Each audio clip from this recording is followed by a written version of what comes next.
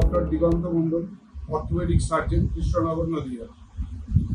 আজ আন্তর্জাতিক যোগা দিবস। আন্তর্জাতিক যোগা দিবসে সারা পৃথিবী জুড়ে আজ উদযাপিত হচ্ছে, যা আমাদের দেশ ভারতবর্ষের অনুপ্রেরণা।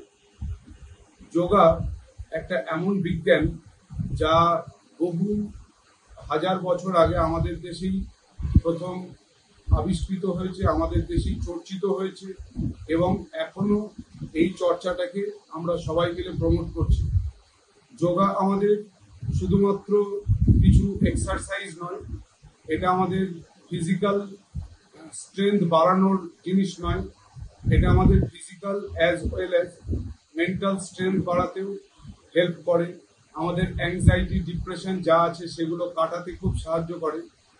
আমরা অর্থোপেডিক সার্জনরা সাধারণত পশ্চার রিলেটেড যে প্রবলেমগুলো ট্রিট করি, ব্যাক পেন, নেক পেন, নি পেন, এই জিনিসগুলো ওষুধপত্রের সাথে সাথে কিছু সায়েন্টিফিক এক্সারসাইজ আছে যেগুলোর মাধ্যমে অনেক বেশি ইমপ্রুভ করে এবং